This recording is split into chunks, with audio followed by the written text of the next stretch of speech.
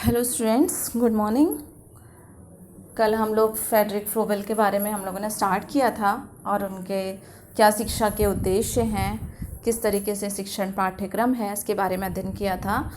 और बेसिक जो ये फ्रेडरिक फ्रोबेल थे वो अपने किंडरगार्टन मेथड की वजह से जाने जाते थे, जो इन्होंने बालवाड़ी के विषय में बताया था कि जो बालक है वो एक हमारा जो स्कूल होता है एक बगीचा होता है, और बगीचे में जो एक शिक्षक है एक माली की तरीके से कार्य करता है, और जो हमारा स्टूडेंट है यानी बालक है वो एक पौधे की तरीके से कार्य करता है, एक बीज के तरीके। तो उन्होंने कहा है कि बीज को आप जितना पोषित करोगे, जितना एक खुले इन्वायरमेंट में रखोगे, उतना ही वो अच्छे से निखर के एक बड़ा पेड़ बनेगा। तो एक तरीके से उन्होंने विद्यालय को बालवाड़ी का संज्ञा दी थी।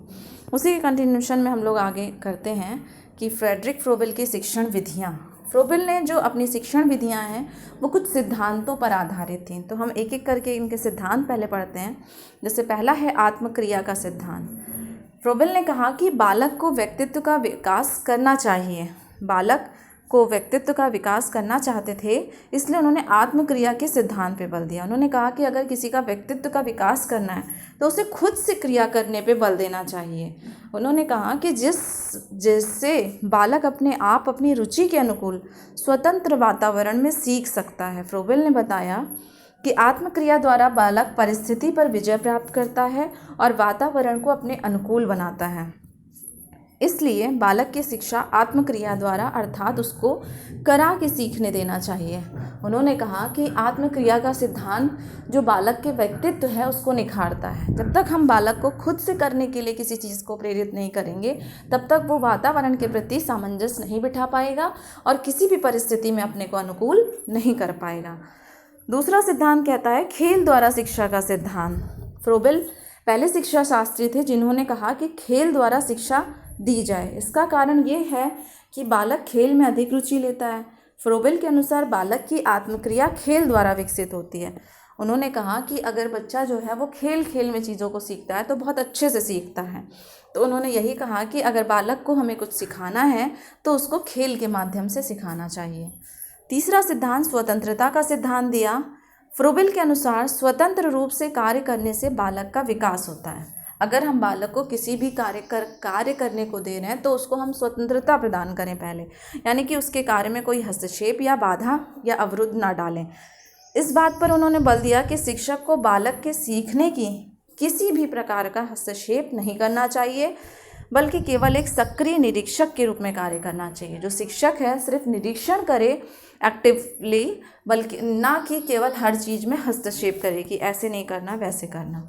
नेक्स्ट जो सिद्धांत दिया वो सामाजिकता का सिद्धांत दिया, यानी सोशलिटी का सिद्धांत। व्यक्ति एक सामाजिक प्राणी है, समाज से अलग व्यक्ति का कोई अस्तित्व नहीं है। इसीलिए फ्रोबेल ने कहा कि सामूहिक खेलों और सामूहिक कार्यों पर बल दिया। उन्होंने कहा कि बालक में खेलते खेलते परस्पर प्रेम, सहानुभूति, सामूहिक सहयोग और सामाजिक गुणों का विकास सरलतापूर्वक हो जाता है। जब तक हम समाज में रहकर कार्य नहीं करेंगे तब तक हम परिस्थितियों को नहीं सीख पाएंगे। तो उन्होंने एक सामाजिकता का सिद्धांत दिया। उसके बाद इन्होंने जो सिद्धांत दिया वो अनुशासन की बात कही।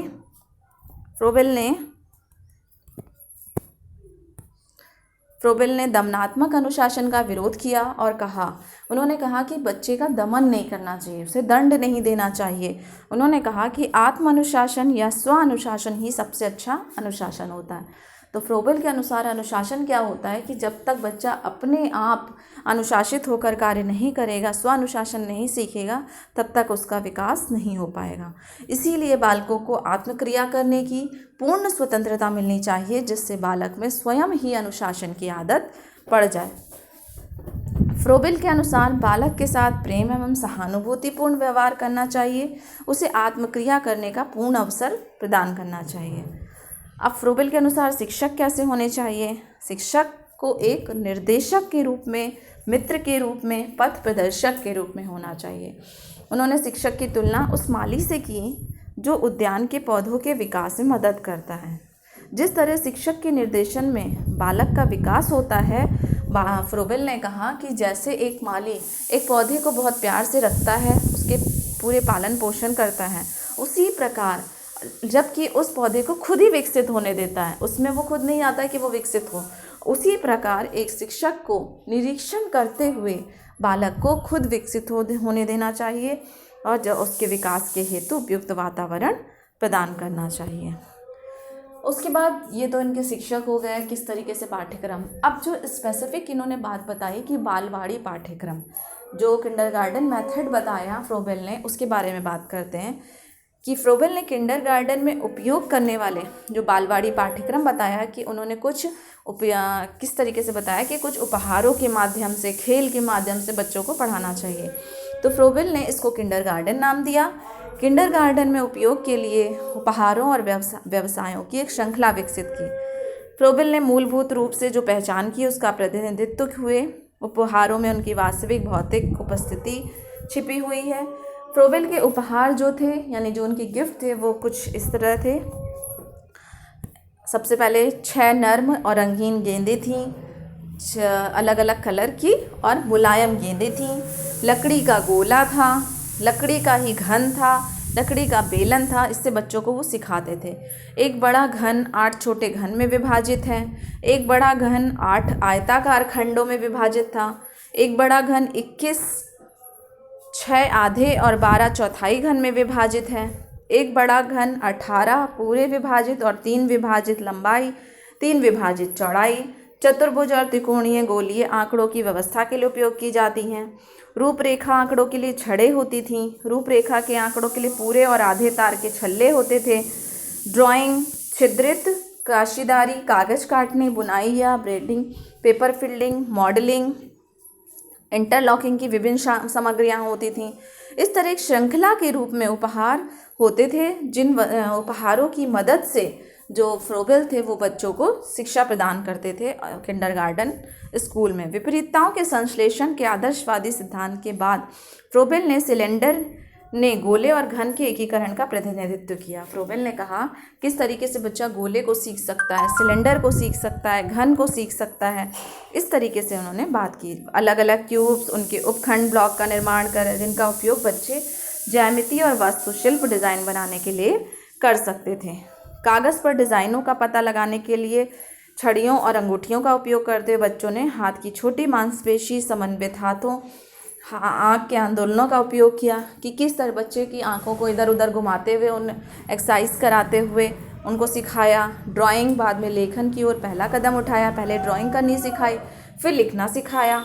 व्यवसायों में रचनात्मक गतिविधियों के उपयोग के लिए कागज़, पेंसिल, लकड़ी, रेत, मिट्टी, छड़ें, इस तरीके के आइटम थे। किंडरगार्टन की गतिविधियों में खेल, गीत, संवेदी और शारीरिक विकास में समाजीकरण में सहायता करने की डिज़ाइन की गई कहानियाँ भी शामिल थीं। तो इस तरीके से फ्रोबेल ने कुछ खिलौनों के माध्यम से, उपहारों के माध्यम से, गतिविधियों के माध्यम से बच्चों को पढ़ना और लिखना सिखाया और खेल खेल में उनको आत्मक्रिया के सिद्धांत पर अपना व्यक्तित्व विकास करना सिखाया। तो इस तरीके से फ्रोबेल ने अपनी शिक्षा प्रदान की, जिसमें इनका प्रमुख था किंडरगार्टन मेथड। तो जो अगर आपके क्वेश्चन में आता है तो कि इनके सिद्धांत बहुत सारे, आत्मक्रिया का सिद्धांत किसने दिया, स्वतंत्रता का सिद्धांत